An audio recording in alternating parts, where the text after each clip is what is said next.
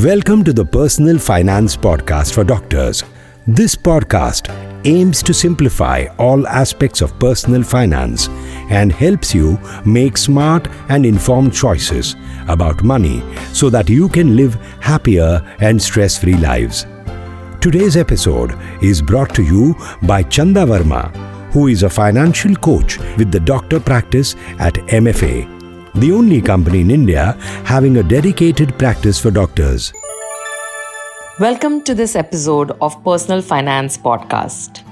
In these podcast series, we always focus more on investor management rather than investments management. Our aim is to try and understand our investment behavior, our biases, what we can control, and what we need to learn beyond the daily news and headlines that we are exposed to 24/7. So today, let's talk about what's rocking our markets. Donald Trump's announcements within a month of his taking the office has sent shockwaves across the world. Some investors are jittery, some have a wait-and-watch approach, while still more are sitting back and waiting for the worst. Now, with the reciprocal tariffs on India spoken about, bang, more panic.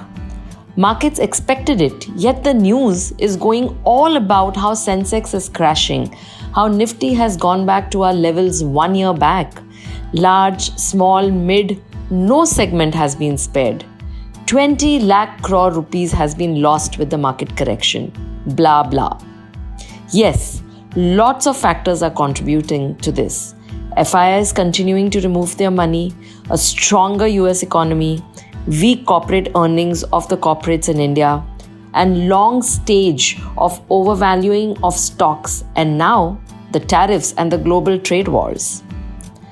But for a moment, let's just look beyond this news, this chaos, and let's try and find order.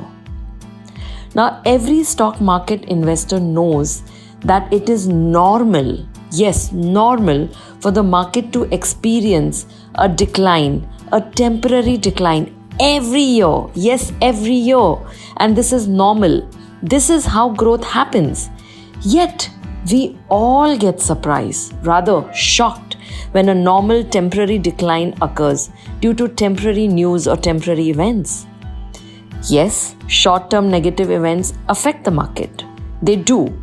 But we have had bigger crashes like the 2008 global crisis, or more recently, COVID. They were temporary, right? But they lasted for about a year. But since then, look at us. How have we grown? Nothing today is worse than COVID, right? Where the whole world practically shut down. Yet, here we are. So the truth is, beyond all this chaos, that market levels in absolute term doesn't really matter. The key to understand here and ask here is, are you investing in Sensex, in Nifty, or are you investing in India's future? The US has been the world's largest economy for more than 100 years, and it will maintain its lead. China is in the second position with 20 trillion GDP. Germany has surpassed Japan to come in at number 3, and at number 5, it's none other than India. India's economic story is nothing short of extraordinary. From being seen as a developing nation with potential, we are now emerging as a global powerhouse. We are at the cusp of surpassing Japan and Germany in the years to come. India's trajectory is not just a number on the chart. It's a reflection of a nation that is reinventing itself. Over the next few years, India is expected to hit $5 trillion in GDP.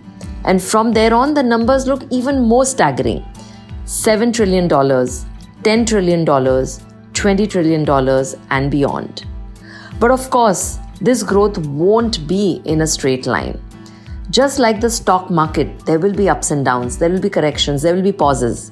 Yet the overall trend is upward, driven by sheer momentum of its people, innovation, and entrepreneurial spirit.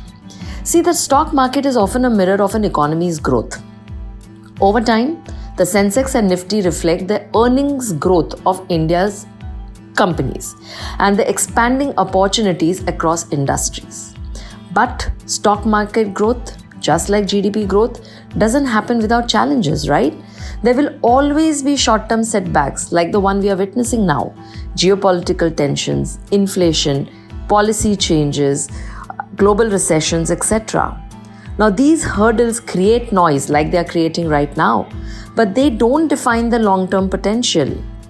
India's strengths are its demographics, digital infrastructure, our entrepreneurial ecosystem. With a young, ambitious population, India has one of the largest workforces in the world. This demographic dividend is the most powerful engine of our growth. Add to this the government's focus on digital transformation, such as UPI, Aadhaar. We have fundamentally changed the way business is done in India. These are not just administrative reforms, they are catalysts for sustained growth. Infrastructure development is another key pillar.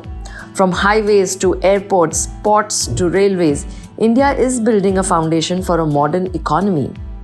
These investments in physical infrastructure will fuel industries such as manufacturing, logistics, real estate, and create a ripple effect across the economy. But GDP numbers and infrastructure projects are not enough. The real driver of India's growth story lies in its companies, the businesses which innovate, adapt, grow. Corporate earnings are the heartbeat of a stock market. Over time, the values of Sensex, Nifty and other indices are determined by the profits of the companies they represent. And while earnings growth may be slow in 1 quarter or 2 quarters or face pressure due to external factors, Indian companies have shown remarkable resilience. And we have seen this play out time and again. When faced with challenges, Indian businesses adapt.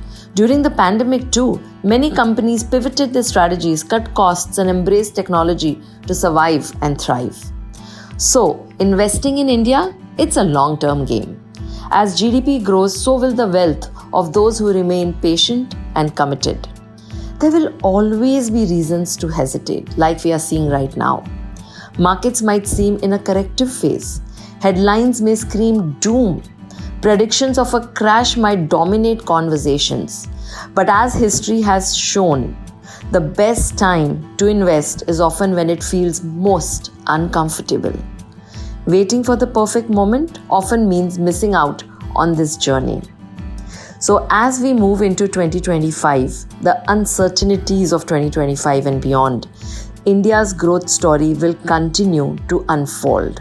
It won't be without challenges, I promise you, but the opportunities far outweigh the risks. For investors, the question is simple. Are you ready to invest in India's future? Thank you for listening in. I hope this helps you. Take care. God bless. You were listening to the Personal Finance Podcast for Doctors with Chanda Verma. If you find this podcast relevant and interesting, do share it with other doctors as well. It will be great if you leave a review, share, like and subscribe. You could also let us know if there is any specific topic that you would like us to cover. For any queries or help, you can get in touch with MFA's doctor practice team at 892-800-6140.